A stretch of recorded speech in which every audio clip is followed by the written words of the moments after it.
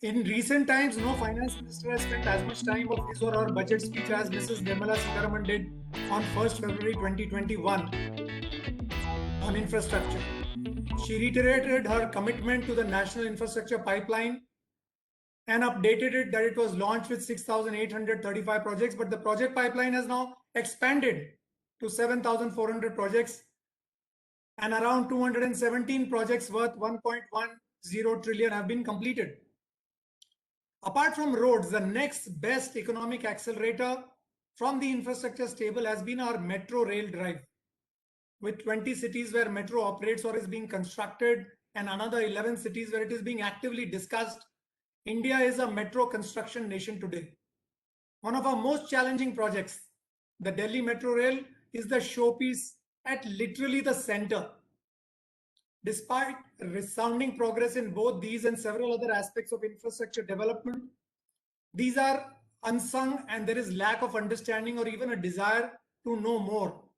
Construction World, India's largest circulated construction magazine, along with Swarajya, has launched a webinar series to bring the nation up to speed on India's infra plan, hence called the Infranirbhar series.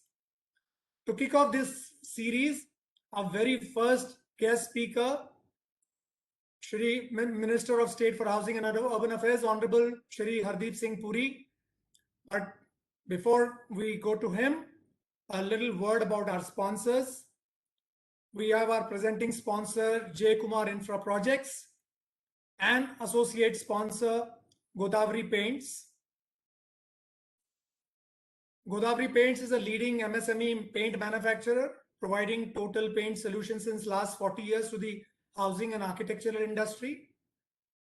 And company caters to clients from the real estate sector and also offer anti-carbonation coatings and other allied products to protect concrete structures of metro projects.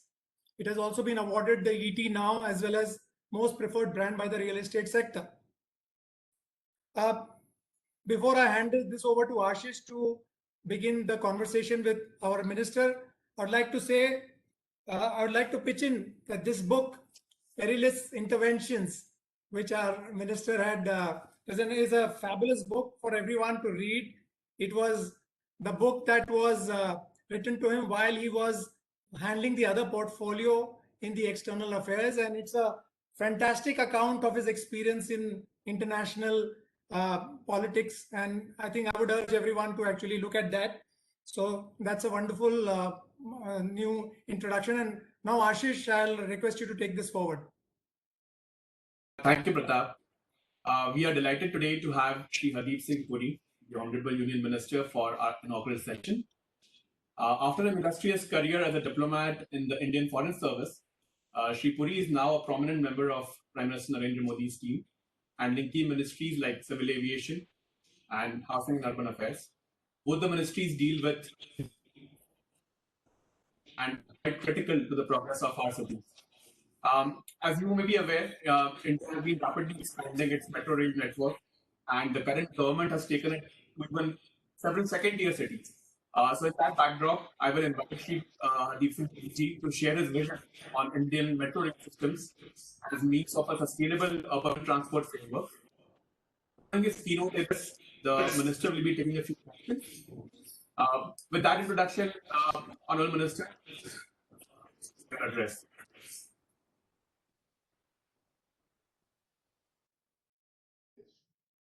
We can hear you now. We can hear you. Please yeah, okay. Let me start again, but I'll request all the other mics to be put off. Otherwise, even if I get through this, it is not going to be clear. Okay, let me start by greeting all of you who have joined us today for the webinar on the India Metro Rail Systems organized by Swarajya as part of their Construction World Infranirbhar series.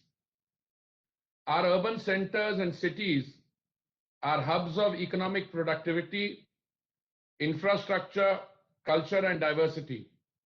As key drivers of economic growth, our cities need to expand sustainably and inclusively.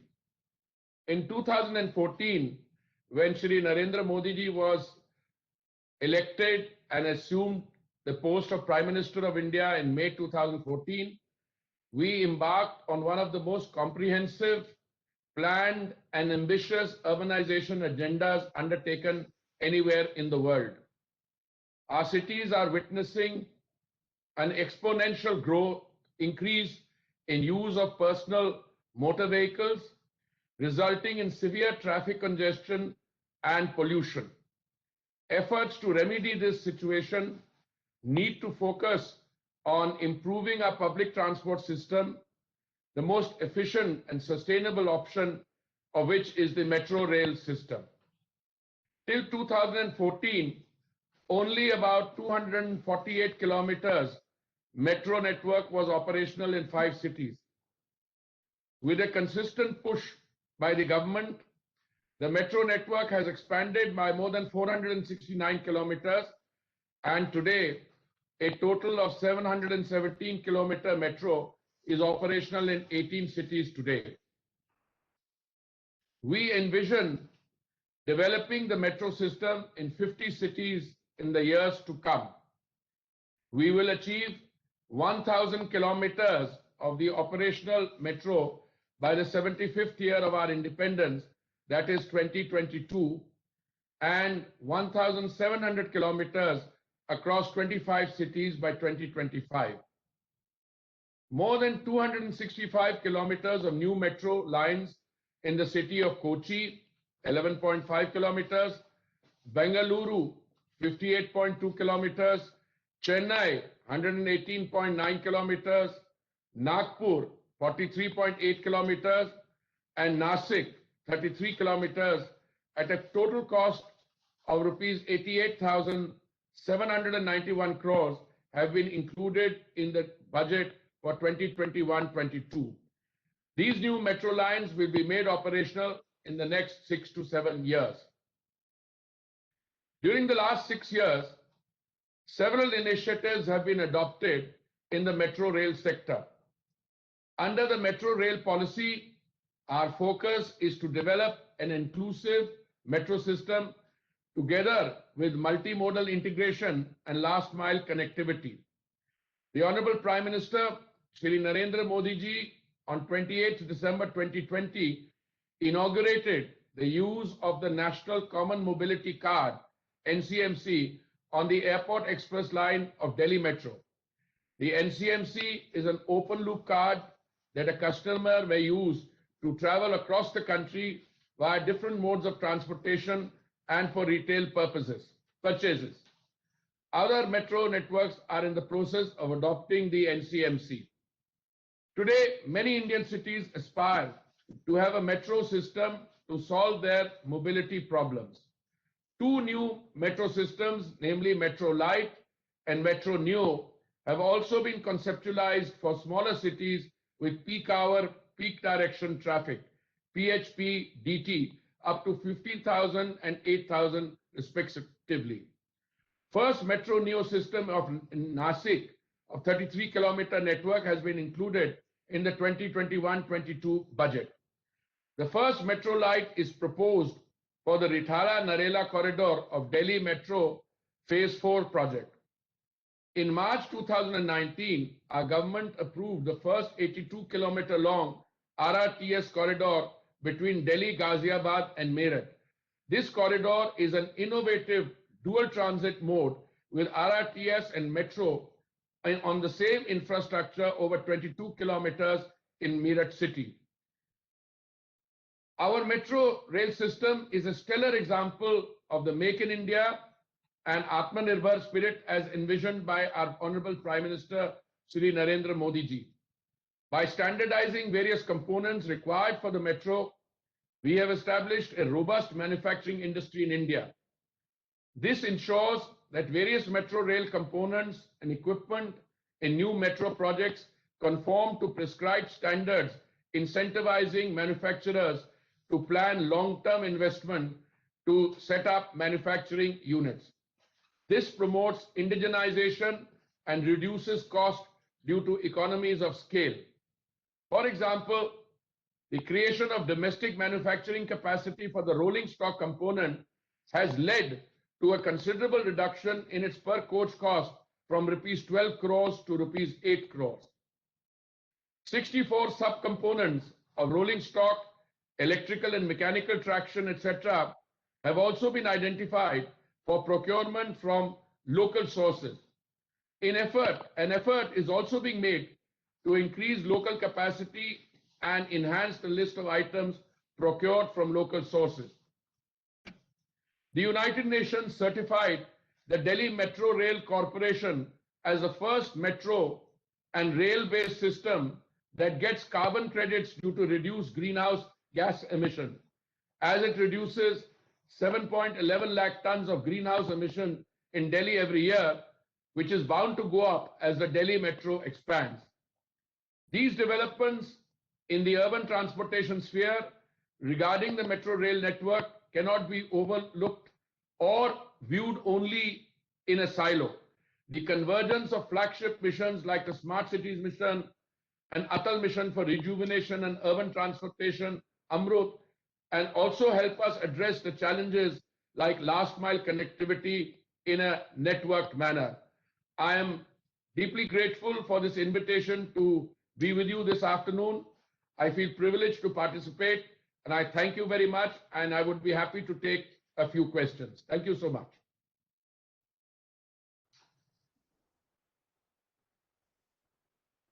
Right. Thank you, Minister. That was a very comprehensive view of the developments in the metro sector which are currently going on. I had a couple of questions on this. You mentioned about Metro Light and Metro Neo. Is there a classification of the cities by population? Like which system will apply to which city? If you can throw some light on that, that would be a very good point. And secondly, do you see any execution risks given the in some cases, strained issues between the center and the state governments? So do you see any execution risks to any projects going forward? I think the first part of your question on Metro Neo and Metro Light is quite clear, and we're happy to answer it. I'm not sure that I entirely heard what the second part of your question is about risks between center and the states. Could you please repeat that? Sure. The point was that in several cases, we see that there's a difference of opinion for the state governments in terms of land acquisition or the location of the metro infrastructure to what has been planned. And that has delayed a few projects. So do you see that as a risk for other projects also going forward? Well, let me first start by saying that if it were left entirely to the state governments, who, as political executives and responding to the kind of demand that large cities which are growing in population size and pressure, if it was left entirely to them, they would all demand regular metros of the kind that we have. The problem is that the metro system, it's not a problem, it's a fact of life, is a capital intensive system. You need to raise the finances. Many of these projects, in fact, most of them, I think have financing from multilateral financial institutions. Like I know for a fact that Delhi Metro, we had to take a loan of something like 27,000 crores, if I'm not mistaken, from JICA, the Japan Investment Cooperation Agency. I should remember my Japanese, but so JICA. So, and these capital intensive in projects need to be economically viable, because then within a stipulated period of time, you have to pay back the loan so taken. Now, our politicians, all of us included, are always very ambitious. We want the best of infrastructure, and yet we shy away from the need to ensure that the project becomes economically viable. So there have been some tensions. I wouldn't say there are any major disputes. After I became minister in September 2017, I am only aware of one case where we had some tension with the state government, which I was able to resolve because the concerned state government wanted to make the metro virtually not have any increase in fares, which had not, you see, increases in metro fairs take place because there is a committee which is established which looks at all the facts and then makes a recommendation. Now, in the case of Delhi Metro, the fare hike had not taken place for something like 8 or 9 years. And before I became a minister, the said committee recommended a fare hike in 2 parts. And 1 part had already taken place before I became a minister. So when the second one came, maybe they were trying to test me to see whether I had the stamina to ride out that kind of populist pressure. I not only rode it out, but I've been at this game for a long time, and I said, look, you want world-class infrastructure, that has to be economically viable, because nobody is going to invest in your projects if they are not able to produce. So no, that is the larger, I'm giving you an example. Now, insofar as the metro system is concerned, the cost per kilometer in the usual one, because sometimes you have to do underground, tunneling, some stations are underground, some go through congested metropolitan centers, unlike trains, which are all on surface, and you need to connect point to point along a railway line. So when we went into this, and I think very early in my tenure as Minister for Housing and Urban Affairs, which has responsibility for urban transport, we discovered that more economical options were available. Now, let me just give you a rough, in metro, if you were to do viaduct over an overhead head, it is something like 300 crores per kilometer. Now, 300 crores per kilometer is a lot of money. But if you want to do underground, the cost could appreciably go up, possibly to 500 crores per kilometer. Metro Light and Metro Neo are able to perform in terms of carrying capacity roughly the same load at a fraction of the cost. And I will just share with you what is the difference between Metro Light and Metro Neo. That was the first question asked. And I said, where you have up to 15,000 peak hour, peak direction traffic, you can use Metro Light. And if you have Metro Neo, up to 8,000 peak hour, peak direction traffic. Now, in the case of Metro Light, the cost of per kilometer comes down to about 120 to 140 crores per kilometer. In the case of Metro Neo, it comes down to 60 to 80 crores per kilometer. Now, when I talk to the chief ministers and my counterparts in the state government, they will all want the regular metro. But when I have a conversation with them and say, well, you can achieve the same thing by something that looks exactly like the metro, but is able to travel on a normal road with reinforced rubber tires, well, they understand. And then the financial outlay is also much less. And including, then you can do the same thing. You can take it through a congested area by having, how you define this, kind of tram kind of overhead trolley.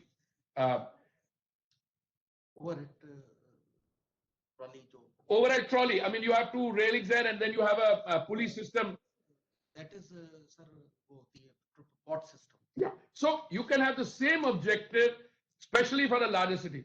I think the message, it has required some margin of persuasion by us with the state government. Now that message has gone home. But the good news is that now the number of proposals which are coming in is very fast.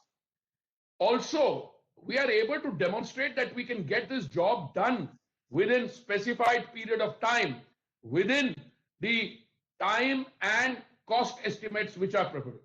Now, the state can provide an enabling environment, we can raise some money, but ultimately there is nothing like a public-private partnership where the resources which are domestically available and the resources which are available through from foreign sources, foreign development agencies or multilateral financial institutions like the ADB and others, French Development Agency, DFT, AFD, then German, KFW, the German, all these, and they also then contribute to this. And I must say, we have a very healthy, a very robust, and a very fast delivering metro system now available. A conventional metro can deal with approximately 45,000 to 50,000 peak hour traffic. Metro Light and Metro Neo pursue the same in terms of convergence, but as I said, it would be at a cost which is substantially lower. In fact, in one case, the Metro Neo cost is only a fraction of the other one. The other one is also nearly half of the cost. Which city gets what? I think my experience so far has been that once you tell the concerned cities that, look, this involves raising of finances and you can raise so much, some of them are state government projects also, I think we are moving ahead. So I hope I've comprehensively asked and responded to all aspects of your question.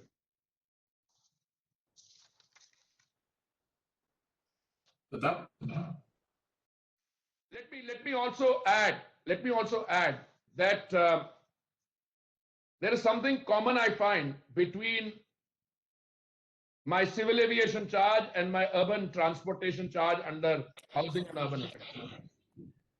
Very often we need to clinically tailor the response, which is the size of the airstrip that will determine what size of aircraft can land. So you need to make ensure that at least an A320 or a wide-bodied plane can land. But you also must anticipate the likely growth in traffic. Some of the projects where we are going in for Metro Neo and Metro Light currently do not have the passenger demand that would justify anything more than Metro Neo or Metro Light. But in our assessment, that is, our means the concerned agencies of the government which make the assessment as to which system to go for, they anticipate the likely growth.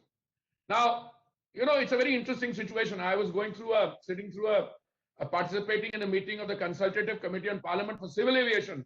And 10 years ago, every member of parliament wanted a railway line to go through his constituency.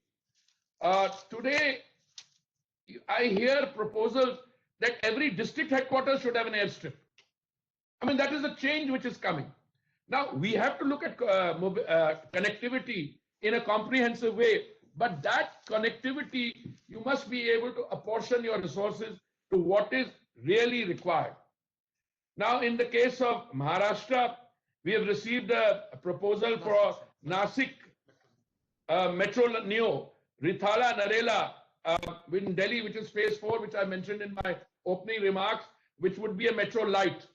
Now, you have a system in Delhi where you have a regular metro, but some of those sectors, which are the segments which join the main lines, do not really require a metro. And most of the people we speak to are able to comprehend that. And I think we are moving ahead on a reasonably sound basis.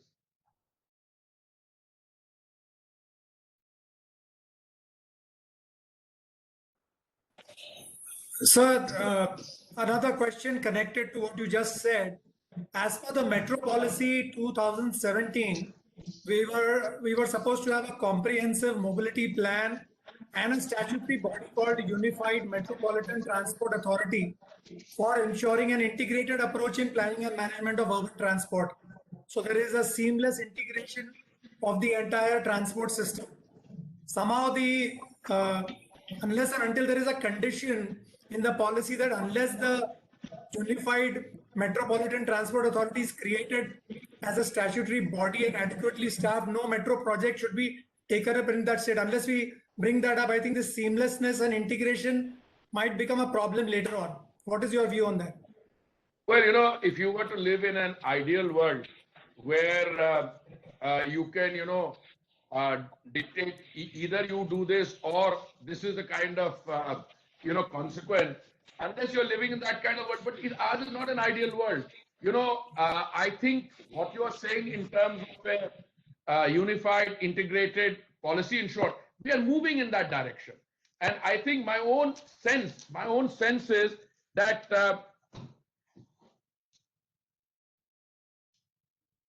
the states of, I mean, let me give you the facts as my colleagues have mentioned. Tamil Nadu, Karnataka already have a UMTA. We're insisting of the UMTA now doing the appraisal.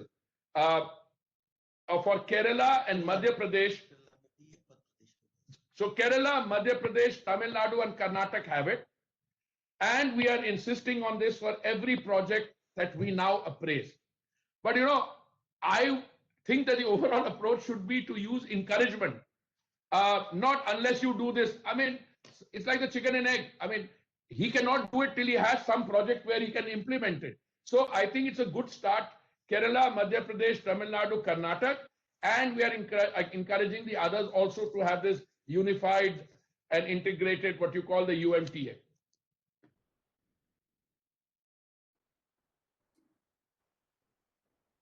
Right. Also, one question is around Make in India opportunities. So this is the area where you already kind of touched upon some of the things which are happening locally. But is there a plan to extend any production-linked incentives or bringing about any other specific programs to incentivize Make in India further in metro systems? Well, that is the overall philosophy just now. Atmanirbhar. And I'm very happy to tell you that Made in India metro lines are being sold in Australia. That we have, I'm aware of 2 or 3 Bombardier. Australia, Canada. Australia, I'm told Canada also. Bombardier and Alstom. Bombardier and Alstom, as I mentioned. I'm aware of 2. But the overall direction is in going there. In every sphere. I'm also Minister of State for Commerce and Industry, and I can tell you this new scheme that we've called the Production Linked Incentive Scheme, PLI, which essentially is a transformation from generally available subsidies to specified this thing. And we've covered 10 sectors in that. You will see the change. So incentives come in many ways. Incentives come in the kind of structure that you produce, what you do in different schemes. And I think that it's not easy to take out any one incentive, but the whole direction is that. But it also makes sense. Today, we are very proudly, I keep saying that we have 760 kilometers of operational metro. In another few years, we'll have another 1,046. But that's not the real story. The real story is that you are moving in a situation whereby 2030, you will have 600 million people living in our urban centers, and all of them will require urban transport. So all this figure of 700 kilometers I'm talking about, 700 kilometers is what you will have to be making every year, additional metro lines.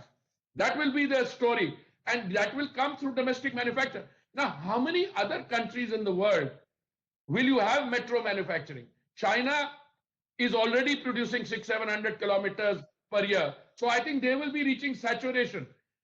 Other countries, I mean, I can't think of any other country. Japan, if you look at the land area and you look at, they've already got their metros and their Shinkansen. Brazil is a very large land area, but they've got a very thin population. United States, all the cities, the metropolitan cities have transport like New York and DC, etc. So India is going to be the place. So it doesn't make any sense for people to be manufacturing outside and bringing them here. You are much better off now manufacturing here. We have standardized.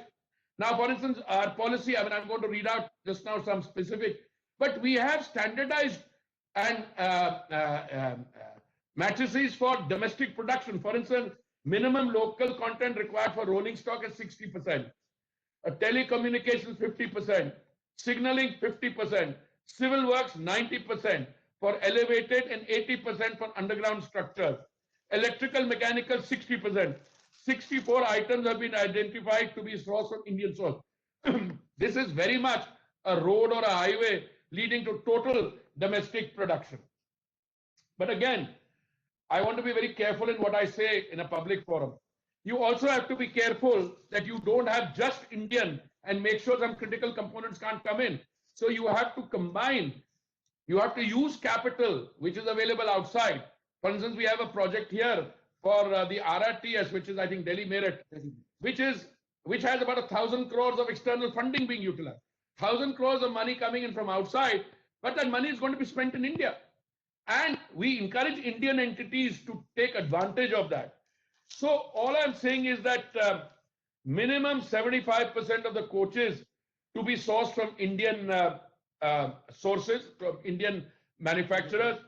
In last 2 years, orders of 1,200 crores have been placed.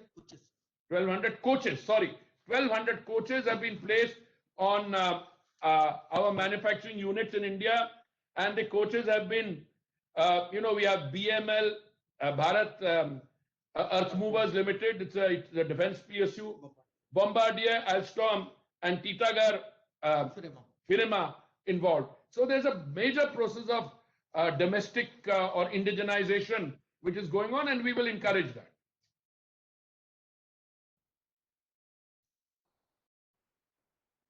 Right. Thank you so much, Mr. for taking these questions. Pratap, any questions from your side? Okay. Well, thank you very much. Thank you for giving me this opportunity, and I wish you very happy deliberations. And I'm sure we will have many more opportunities for us to talk not only about metro but other urban mobility issues. Thank you very much. Thank you.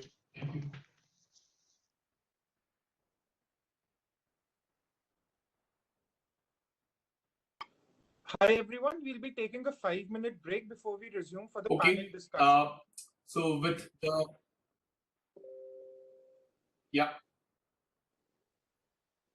Pratap, you want to introduce the panel? Yeah, I think we can do that. So today's discussion on Metro Nation, we have with us Mr. Pradeep Yadav, Managing Director, Chennai Metro Rail. Mr. Yadav, welcome. Mr. Abhay Mishra, CEO and MD, Mumbai Metro One. Welcome. Mr. Madhav Pai, India Director, WRI Ross Center for Sustainable Cities. Hi Madhav, welcome. Mr. Surjit Madan, Head Rail Systems, AP Metro Rail Corporation. Welcome, Mr. Madan. And Mr. Nalin Gupta, Managing Director, J. Kumar, Infra Projects. Welcome, Mr. Nalin Kumar. Thank you, Pratap. Thank you all the eminent guests for joining us today for this discussion. We wanted to cover your perspectives on how the metro projects are evolving in India, what are the opportunities, and also hear what are the challenges in some cases to achieve the targets which are being set, as the Honorable Minister talked about in the previous session. Let me start with you, Mr. Gupta. Your firm has been instrumental in executing several metro projects. How do you see the future of the sector in the next 5 to 10 years? What is your industry perspective? Thank you everyone for giving me this opportunity to being a part of this webinar. So we at J. Kumar, we are proud to have a talented and experienced team of technical staff, quality engineers, machineries with latest technologies like straddle carriers for erection, which makes the entire erection process quite seamless with minimum inconvenience to traffic, and pile breaking machines, automatic cut drain plants. And we are continuously focusing on upgrading the conventional style of execution, involving integration of technology and conventional wisdom, resulted in design and erection of fully precast system, first time in India. So various construction companies have been doing part erection of stations by precast methods, but in Mumbai, being one of the very urban, being an urban city with a lot of congestion of traffic and utilities, so we have come up with a new technology of going for the entire construction of stations by precast method, and which has resulted as it was initially a tough thing to convince the government authorities, but eventually now everyone has realized, and I think all the metro bodies, they are going for more and more of precast systems, especially in urban cities. So I think looking at the recent initiatives on central and state governments to push for more and more infrastructure. And as our honorable minister has already mentioned that there is a requirement of more than of around almost 600 kilometers to be constructed every year.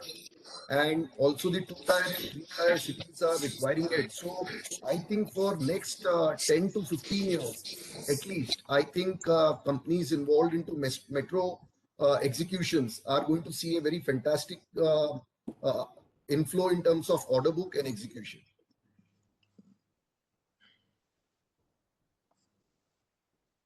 Thank you. Mr. Mishra, let me come to you next on the Mumbai Metro option. So, in the initial times, I think there was some hesitancy on how the metro will perform, but I think Metro One is really now completely embraced by Mumbaikars, right? How do you see the future of metro in Mumbai, where some of the largest projects are going on once all the lines all the lines are completed? Yeah, when we started in 2014, because the Mumbaikars were used to the local travel and how the metro will be performing and how the commuters will be behaving there was a big question which was in everybody's mind. But Mumbai Metro One has set up a good trend and good line. In fact, the Mumbaikar has adopted so well. It was really surprised to see the way they behave in traveling in suburban and the way they travel in metro is really commendable. And the kind of affection or the patronage the commuters have given to the metro. In fact, you may be knowing about it. Normally in any metro system, after first year, the growth in every metro in every projection is about 5% to 4%, 5%, 6%. That kind of a growth is there. Mumbai Metro One is we have completed 6 years. We have been able to get double-digit growth in 6 years. I mean, that's a CAGR about 12-13%. So the Mumbaikars have not only adopted it and using it so well. So I'm sure when the other metro line will come by, in fact, it will become more, because at present the constraint is how do they come to the different metro line and go to different places. Once the total network will be there and they will be interconnected, I think there will be a very good patronage. In fact, at present, the suburban traffic is of the order of about, pre-COVID, I'm talking pre-COVID, was about 7.5 million. I mean, with this, probably it will go much, much higher in the total suburban traffic as such. So I have no doubt about it, the success of metro in Mumbai. And in the country as a whole, if we talk about, I mean, other than Delhi, the other metros have been having a problem about the commuters, but Mumbai never had the problem. And Mumbai Metro One line, in fact, it has become the 7th densest corridor in the world. So that's the kind of patronage we are getting. Let me come to you, Mr. Yadav, for your experience on the Chennai metro execution. What has been your experience of building this metro system? I mean, it seems one of the most efficiently run metros projects in the metro space. So, what was your experience? What went right for the project? Yeah. Good afternoon. Am I audible? Yes, sir. Hi. Yeah. Good afternoon, everyone. Chennai Metro is a very it's a new organization, and we have just completed our phase 1. We have had some experience during execution of phase 1. There were time overruns, there were cost overruns.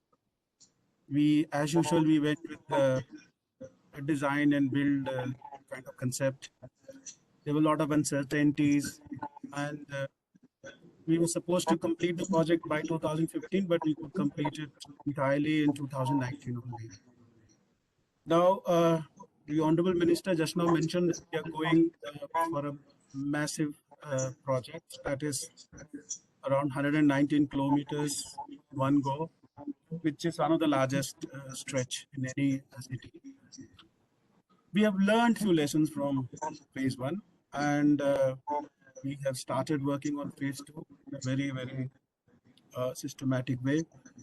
I will just mention a few initiatives which we have taken based on what we learned in phase 1. There was,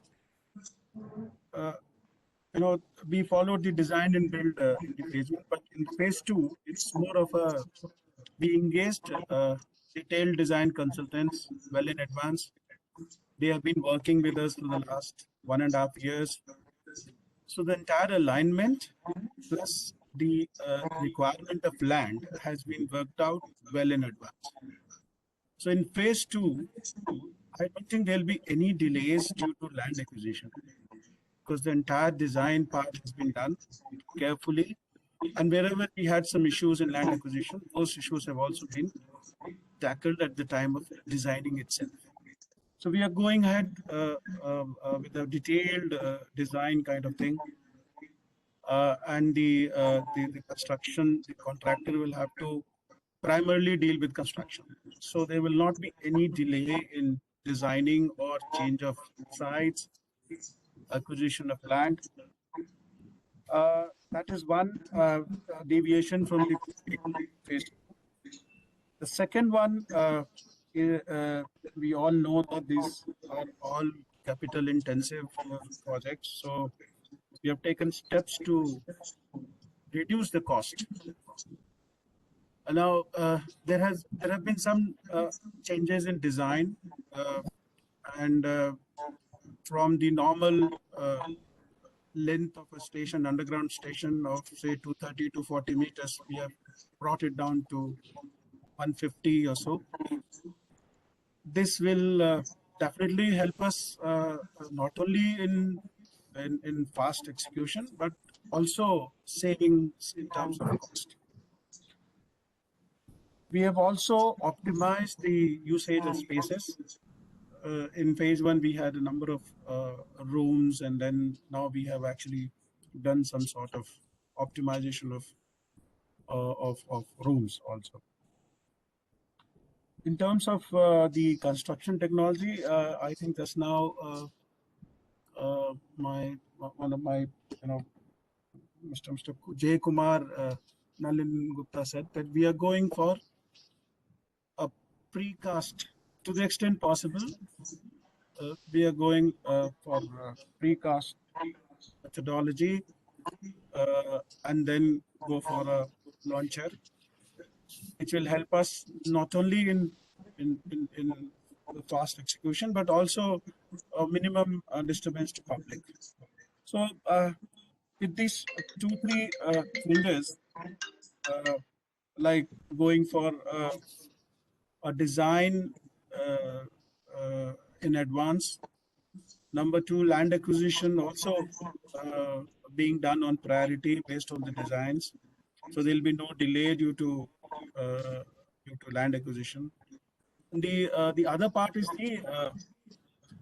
the geographical uncertainties. Those uncertainties also we have tackled by conducting a geotechnical investigation at every 25 meters. Normally, in any DPR, it is done for every 500 meters, but we have gone for a very intensive geotechnical investigation. So we have tried to minimize those uncertainties also. So we have worked on 3-4 strategies to basically minimize uncertainties and see that the entire project, which is again a massive project, is executed well within the timelines. We expect that the entire stretch should be over by 2025. All the tenders are out and open. They are all being bidded, and some of them are at advanced stages. So I would just say that we have come out with a lot of clarity, and we have done some kind of optimization in the design also. There is entirely a different approach to phase 2, which will minimize the cost, time, and that's all I think I have to. Thank you so much for giving me this opportunity. If there are any questions, I'll be too happy to answer. Can I take the Ashish Madhav? If you saw the response of the minister on the urban integrated body of transport authority that was supposed to be there, one approach is obviously that you let things happen, because under ideal circumstances, everything cannot be planned. But on the other hand, you have a city like Mumbai, you're going to do 50, 60 stations, and there is a sort of an integration missing at various points, causing different sets of problems in the city. I mean, one objective is obviously to bring about a seamlessness in reduction of traffic. But on the other, if so, at what stage, given of course, the limitations, how can we sort of integrate both these needs of seamless integration of other feeder routes, etc., within limited spaces of cities that we have, and the need to grow our petrol stations at the same time? Thanks, Pratap, for the question. I wanted to make, one of the things, one point I wanted to make is, clearly we are seeing metros as an investment to grow the economy, right? And typically, if we say if you don't invest $1 in infrastructure, get 10 times the economic value, right? 8 to 10 times. That's usually the multiplier, right? So if you invest, if we invest, say, whatever, 100 million in, metros, it should create a $1 billion sort of GDP. So one of the things, I feel like to a large extent in India, the conversation of the metro has been very technical. It's been about the cement, the concrete, the rail.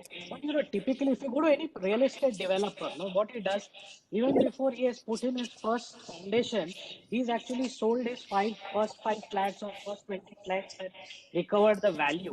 So the cities need to start thinking of metro as an invest. We need to think about how do we attract jobs near the metro stations. So this whole idea of capturing this wider economy benefits, and how does sort of the metro, it's doing a really good job of actually now doing execution, but think like a real estate developer, think about attracting. Today in Bangalore, Flipkart is building a new campus out 15 kilometers outside Devanhalli. Why can't we get Flipkart to come and set up the campus at one of the metro stations? Right? Why can't we get, this? I just feel like, I'm going beyond what you asked. I'm just saying that, our cities need to start thinking of metros as these big, as a city, if I've invested $2 billion in, say, Bangalore, we're going to invest $6 billion in the metro. Unless we bring jobs to the metro, it's if Flipkart's going to put its center in Devanhalli and everybody's going to go there by car, you've lost all of that benefit, right? And so I think really to capture this wider economy benefits, we really think, and there's a very clear indicator, it's called jobs per square kilometer, right? Or employment per square kilometer. You can measure this very easily now. If you look at any large systems, right? So if you look at the London plan, very consciously decided to increase its employment density along its metro corridor. So London between 1990 and 2020 has increased the number of jobs from 50,000 jobs per square kilometer to 150,000 jobs per square kilometer along all of its metro corridors. New York has about 200,000 jobs per square. In Mumbai Metro one is the only one, which has about, I would say 40,000 jobs per square kilometer. Nariman Point still has 150,000 jobs per square kilometer. But if you go to Bangalore or Chennai, it's like 10,000. Even Delhi, it's 10, 15,000 jobs per square kilometer. And I think, so this lens of employment density and how do we actively think about bringing more jobs to come and reside in metro stations, around metro stations is critical. Otherwise, we will never generate the economic value or capture the wider economy benefits that these investments are creating. And I think it's great that we are actually really making excellent progress on all of this stuff. But I really think that, unless this focus is brought, I think we are not going to reap the benefits of this infrastructure investment. So, and I think once this is done, of course, when you bring these jobs, etc., one of the key things beyond just the railway connectivity that you have to provide is that you have to improve the station environment, the last mile connectivity, make sure that the integration. And today, for all of that, the technology is there, right? And today, that is one thing, but payments, with Google Pay, you no longer need an Uber to do the payment integration, right? Schedule integration. Many years ago, you needed probably a city like London did schedule integration. Today, some third party will come, Google will do schedule integration, somebody else. So, schedule integration, payment integration. So, other than the focus on the last mile connectivity and the spaces around the metro, I think the metro companies need to very actively build real estate wings and start thinking about how it can attract jobs and businesses both to metro stations and around metro station. I think how we enable that, and this will require some partnerships between the metro company, I mean, in this, and the local development authority or the local municipal corporation. Anyway, so this was the point I had to make, and there's a very simple indicator, like I said, jobs per square kilometer. How do we do a baseline, and then we just very actively see how, and that's going to drive the ridership up, right? Today, in a city like Bangalore or in a city like Delhi, transportation is a many to many problem. There are many business centers and there are many residential locations.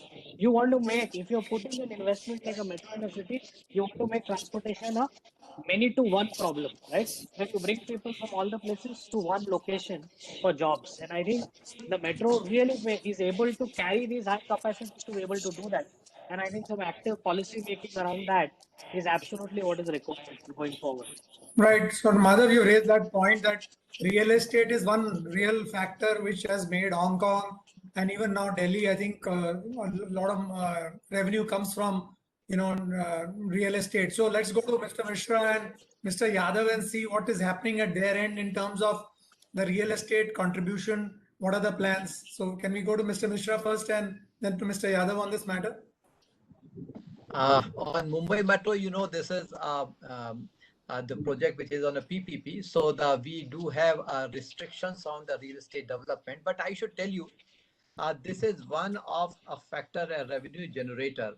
Even in Mumbai Metro, what we did a little bit unconventional thing for the infrastructure. Normally, nobody goes for the branding part of it, of infrastructure. We went for a number of initiative in the communication. What are we doing? We did a lot of action on the customer engagement. We did on a customer experience. So all those things gave a lot of value to the stations. So on those stations, we have a limited retail spaces where we can commercialize. So I'm happy to share that when we started 6 years back, the average realization was 100 rupees per square feet. And today it is 750 rupees a square feet. I mean, that kind of a patronage and the value we have been able to unlock for the people. So what Mr. Madhav has said is totally true, that if you plan it out in a holistic manner, it gives two kind of a benefit. Number one, we want people to travel through metro so that there's less pollution, there's less congestion. So if the employment generation is along the metro, so people will take that particular, if the route is not relevant, they will not travel about it. The second part of it, that the stations, I mean, the station, for example, if I look back in Mumbai Metro also, I mean, I'm very happy that there have been a lot of learning from Mumbai Metro 1 in the design of the new stations. For example, the last mile connectivity, the bike connectivity. So whatever was possible in the internet, we have started doing it. At least we are spreading the learning part of it. So the real estate portion is a very, very important factor, must be kept into the mind. But one sort of a caution which I would like to give, normally while making projections, the planners, they get attracted to the realization of the real estate and they try to put that into the infrastructure. But one need to understand both industries are separate, their culture are separate, the way they behave are separate. So both the things should be kept separate, but the benefit should be drawn into the infrastructure to the best benefit possible. And that's the need. And even while developing infrastructure, I will also add, I mean, a lot of work, I think Mr. Madhav was also part of it when we did on the station, the last mile connectivity, because that also adds to the benefit to the metro commuters as well as to the reals. For example, there is an office, there is a very good last mile connectivity. So it benefits both the people. So real estate around metro station must be very well connected. So they need to be a holistic planning. I remember when I started Metro 1, so I had a meeting with the Municipal Commissioner of the Mumbai. So about the having because in the Mumbai, if you see, the streets are not clear, people are not able to walk. Also, there's a lot of sort of encroachments on the footpath. So all those things, if they are taken into account, it will certainly be convenience to the metro as well as development of real estate. So it need to be taken in a holistic manner for a sustainable development, better utilization for the metro, and having a good public transport in the city. Thank you. Yeah, just reacting to what you asked on realizing non-fare revenue from the stations. It is all linked to the ridership. If the ridership is not good, I don't think that non-fare revenue will also pick up. So to increase that ridership, last mile connectivity, there are other measures where we actually have been working. And typically in Chennai, if you see the our other mode of public transport, that is bus, the fare is so low that it's very difficult to attract ridership from there. So again, it's a vicious circle. But we do have some real estate land blocks, which we have been putting it out for in the RFP, and we have got some good response from some of the investors. But it's a long process. I mean, it doesn't happen overnight. We are also working on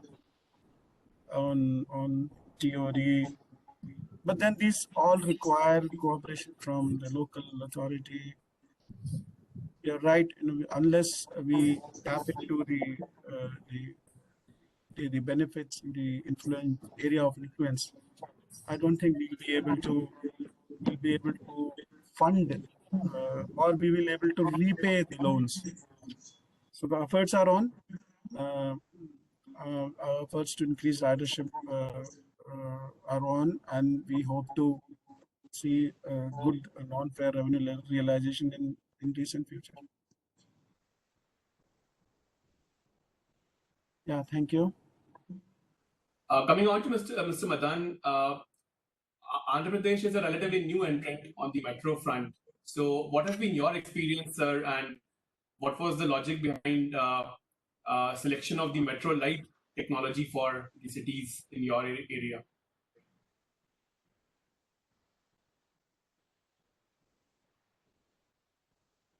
Mr. Madan, can you hear? Hello. We can hear you now. Sir, we can hear you. You can go ahead, actually. We can hear you clearly. Can you repeat, please? Yes, my question was that Andhra Pradesh is a relatively new state trying metro projects, and it has opted for metro light projects. So what was the rationale behind that, and what has been your experience so far in getting these projects off the ground?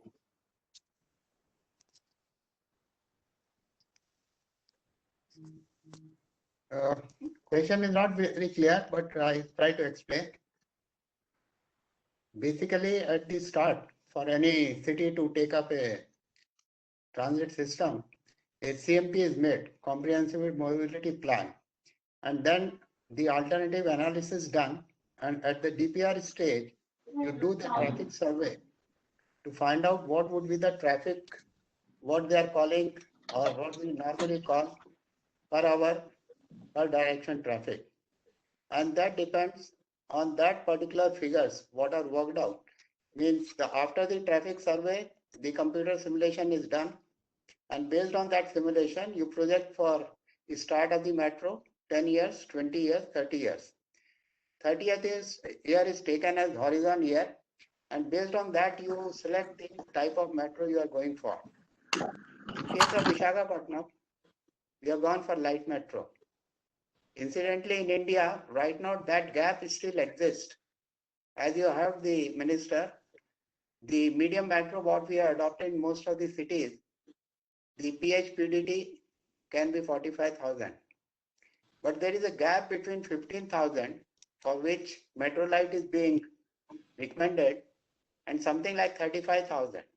That gap remains. So we have worked out a light metro system, and it has lot many advantage over whatever the metros are being put in there right now in the tier 2 cities like Nagpur or similar cities. So those cities are almost with the same population, between 2 to 3 million, and requirement is something like 15 to 20,000 or 25,000 on the horizon year. The metro light stops at something like 15,000. That's the maximum somebody can expect. Reason is type of the rolling stock employed. So for going to that, the other advantages are for the light metro, we can reduce the civil cost as well as system cost by having a lighter axle load. The present metro which have been put in now have an axle load of 15 to 16 ton, and we have brought the system to 13 ton axle load. That reduces the civil cost. System cost also can be reduced without being a lighter system, and also the station length can be reduced from something like 140 meters present on those metros to something like 80 meters. As far as ridership is concerned, we will meet all the ridership criteria with the light metro. We can start the services with 2 car consist, means only 2 car in the light metro. That will take us for 10 to 15 years in any city, because right now the problem is most of the metros don't have that much of ridership. So it will take us to 10 to 15 years. After that, we can add 1 more car. It becomes a 3 car, like present metros. With 3 car, we can go almost up to 30 years. If somewhere ridership improves to a larger extent, anybody will be happier, and we can add the 4th car. Those 4 cars can be still accommodated in 80 meters. And that will take us something like beyond 30 years, up to 50 years. That is the type of things we are trying to develop with a much more economical. We hope to save per kilometer cost by more than 20%. So that is the idea for light metro. And the cities which are still having a ridership below 15,000 or below 8,000, metro light is fine. And in fact, in Visakhapatnam itself, about 80 kilometers of light metro is planned, plus 60 kilometers of metro light type of system is also planned. The only difference in that we are going for catenary free metro light. It's a small difference between so that you don't have a catenary above so you don't have to collect the power from the overhead. That is the advantage.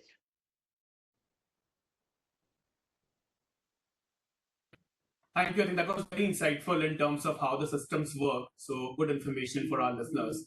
Mr. Gupta, I want to come to you on the opportunities for Make in India in this area, and also, what Sorry, voice is not coming clearly.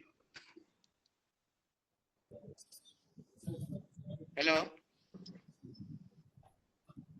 Yeah, Mr. Madan, I was asking this question to Mr. Gupta actually on his experience of what can be Make in India opportunities, and also how can state and the central governments help the private players better to execute these projects more efficiently. So any comments on that, sir?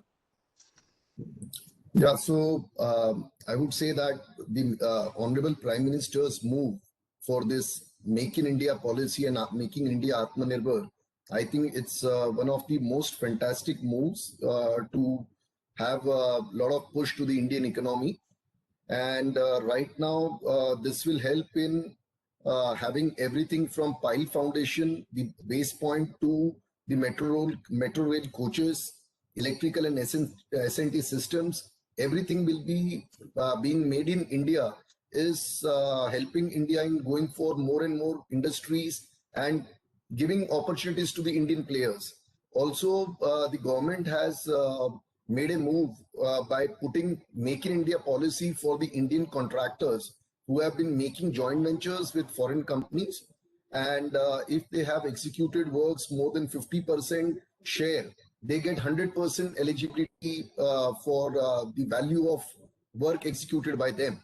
So that would avoid the sleeping partners or making joint ventures for companies which are already self-sufficient and capable to execute these projects. So I think this move of Make in India policy is a very, very helpful thing, and it will reduce the dependency on foreign companies, let it be from spares or to having production capacities.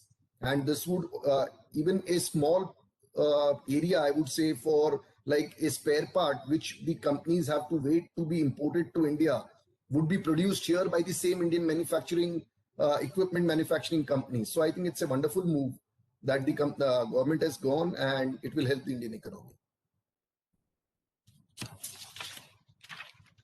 And with regards to the participation of private sector, I would say there are two parts to it. If you talk of a PPP construction model, I think personally, as regards to my point of view, I don't feel that private PPP model for any metro project has been really a great success. I do not mean, of course, there are exceptions to it, but I think construction of a metro project is basically an EPC job for which there is a specialized sector of people, segment of people doing this construction. And when it comes to PPP model, like even they can hire good EPC contractors. But when it comes to the government executing a project and a private person executing a project, there is a vast difference in terms of whether it comes to land acquisition, it comes to, I would say, utility shiftings, in terms of permissions from traffic department, because then it becomes like a private organization building up that metro or that project, let it be HSR or anything for that matter. So I think it is very much important that the companies who are specialized into execution are left with only that job. And when the government is representing, I think getting through the permissions and sailing through that project is much, much easier. And yeah, so that's my take on when you talk of private this. And also, like I would say that in terms of metros, there are like particular hurdles that you are supposed, that a construction company encounters. That's mainly utility shifting, land acquisitions. I think our Chennai Metro MD has also mentioned, he has touched that area. That's in terms of the land acquisition, like any project in a metro or any project for that matter, not only metro alone, basically gets delayed or stuck due to like four main reasons, I would say: land acquisitions, utility shifting, tree permissions. So these things, if like a smart city where there is a proper mapping of utilities which are clearly available, and a agency can identify, yes, these utilities are there, the design can be modified or the utilities can be shifted, but the project will be completed in that particular time frame. And with regards to like NHAI, they go for this method that if 70 to 80% of the project is not available in terms of land or land acquisition issues or permissions, the project date of start is not commenced, wherein the burden on the Indian contractors failing, it's a very relative term. So I think if the projects are 75 to 80% something in hand, and if the projects are rolled over and handed over to the contractor, because you cannot have 100% problem solved and then we go for the project, because in India we every time feel that when it's the time, I'll do it. I won't hand over my land to any department. Metro project या flyover का project आया नहीं है, so why should I hand over my land? I'll do it when the time comes. So I would say at least 75-80%, if it is there, the projects will see the light completion very much close to date. And also the smart city system of utility mapping, if those more and more smart went for, I think it will help the completion process in a very, very faster way. And one not the least, is the railway permissions. So if the railway permissions are also, like this matter had been highlighted in the parliament also recently in the parliament budget, where the honorable transport minister, Mr. Gadkari, had mentioned that we will expedite this process of getting the railway permissions for metro projects and flyovers. I think that would really help the projects.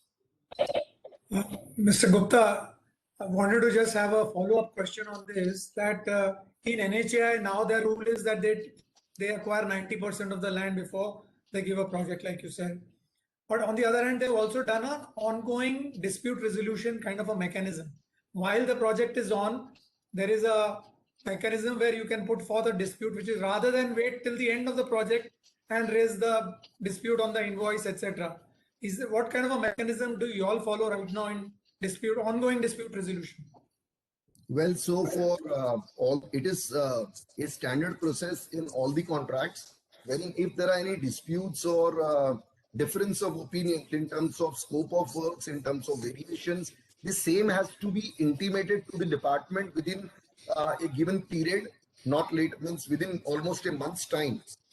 So, like if any scope is given to us, which is not according to us, which is not in the purview of the contractor's original scope as per the contract, we write it to the department, and the department during the course of course, we are not supposed to stop the work in most of the cases, but we are surely to put our point to the department wherein it is in the process of execution, it gets resolved.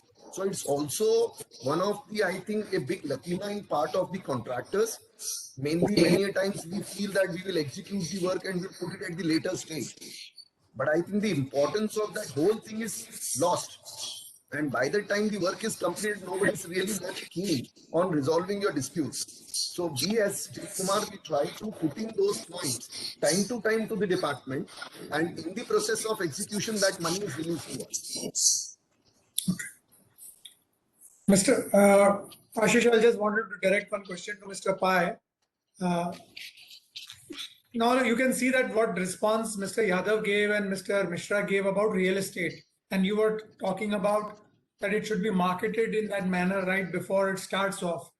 But that means either it is because the full network is not in place in order to get that kind of traffic or ridership, because there is a certain route required to actually make it worth the while of everyone to be actually traveling on it. What could be any other planning measures that can be introduced in order to make this happen sooner? To adopt them, my whole thing. But I think to adopt this thinking, with especially in urban infrastructure, is important. That how do you try to build the more integrated project, where you're actually thinking about land use and transport, and traditionally have a view of still on physical plans. People do the transit-oriented development plans and things like that. But the sort of the economic thinking of today, they are doing this, whether so that little bit. So that is my point. I mean, it's not so much, but also what is, are we attracting IT in Hyderabad? Are they thinking of bringing the pharma sector to come reside along the metro? Today they are doing the RRTS in Meerut, and there is a plan, but it's a planning plan. Let's say you can build so much FAR, but what businesses are you trying to attract, and how are you enabling that? And that is not as much only the role of the metro, but also the city. And so I think that I'm just saying that kind of thinking has to appear. Otherwise, we are just building civil engineering, right? We are not building places. And building projects. I think the transition from projects to places has to happen. Having said that, I think integration is key. A lot of times on integration also, we saw based on some research that we did for Mumbai Metro, but also we've been running this program called STAM, which is last mile connectivity for metro station. So we've done one Hyderabad, and then in Mumbai, and Mumbai Metro one was the agency that was happy to sort of host it. But where we were trying to look, and what we found out is that people usually have about half an hour. People can give about half an hour of their time to do last mile connectivity. So if you have the following, you come that much closer. So it's more people are giving that time and that, so how do we then larger experiments get people come, and so things have to be improved dramatically to, enabling all of, there's a huge opportunity now to enable all of this last mile connectivity through scooters. In Mumbai and all, now they do even integrated ticketing, right? So there are these buses that are run by City Flow or somebody which is like a private bus provider, where you can buy a ticket that connects like the nearest business center to the metro station. So this is an exercise that Mumbai Metro has done. So I think, like I said, I think this integrated stuff has to be really pushed. You don't need an UMTA to do it. Mumbai Metro 1 has demonstrated by a number of initiatives where they have sort of integrated with private partners to deliver services on last mile connectivity, on integrated fare collection and all of that. What you really need to do is make sure there are no legislative hurdles, right? So that, that these kind of sort of joint tickets can be bought, and whatever background dispute resolution issues, etc., are set up. So I think that's there. But I think these are things that will definitely make it improve. Definitely improve. I think one of the things that, we haven't really seen much in India is actually direct connectors from buildings to stations. Again, I think they are starting to plan that in Mumbai. For example, in Thailand, Bangkok, these lines like Sukhumvit and things like that, they actually rent these, the metro company owns by providing these direct connectors, say from, if you are in Mumbai, for example, from a close by building directly to the station, so people don't even have to go to the street and then you actually charge for that. You earn a rent on that, so it becomes a continuous income. So that's something that can be explored. So all sorts of things that can make accessing the station, exiting the station as easy as possible has to be done and thought about, and that's definitely the thing. And so I would say sort of that. I think other things, I think a little bit, we are seeing gender segregation. I think women are also very important sort of user group for the metro. So I think making sure that measures are in place where, women feel safe and comfortable and things like that. I think so. Children, I think, again, the other point I keep making is, metros are a great way for people to start thinking about, bringing any institution of collaboration. When I say, if there is a university extension that should be focused, where people are going to work, and or if there are university schools, coaching classes are, again, always really great. I think there are certain businesses that we need to think about how we bring to the metro, because these are places where people are not just going once, so this is how you also really help solving for congestion. So I think this kind of thinking beyond, of course, I like I said, last mile connectivity, designing the station areas, maximizing the FAR that can be used. The other big challenge, and we have seen this quite a bit in Bangalore and other places we've been working. In India, the bigger challenge is no large land parcels are available. So, if there is no incentive for a developer to come and build 564. So if the city can actively participate in actually amalgamating or, bringing together these smaller land parcels, and Mumbai has done some of these township kind of programs, but I think that sort of the land use regulations also have to be thought about, where you can amalgamate larger parcels of land so that then actually the developers actually can build the higher FAR and things like that. Places higher FAR has been provided, but it has not been consumed. Partly because, again, most of the, our metros are in already built up places, and then large land parcels are not available. So on small plots with setbacks and things like that, again, you can't actually build that much. It doesn't become. So how do you, the other big challenge is how do you amalgamate sort of land along these metros so that, larger land parcels can be given to the developers. And so a very, I think there is a need for metro companies also to actually actively think about how they can collaborate with the local city stakeholders, whether it's the development authority and MCGM. And there has been a bit of a tussle, and I think as much as possible, if that can be sort of only, one, create larger land parcels, and about sort of, really making sure that the environment around the stations is designed is an important issue. And it's fair integration is the other thing, but I think Mumbai is the unique case in there because, railways, is running the services and it's hard to integrate with, Indian railways. But other cities, I think, we will see fair integration come about much more easily. And I think that is the other. I think fair integration much more even beyond modes, but also on the last connectivity and all of that. I think with the open access card should be again quite doable, and I think that agenda should be also very actively sort of pushed.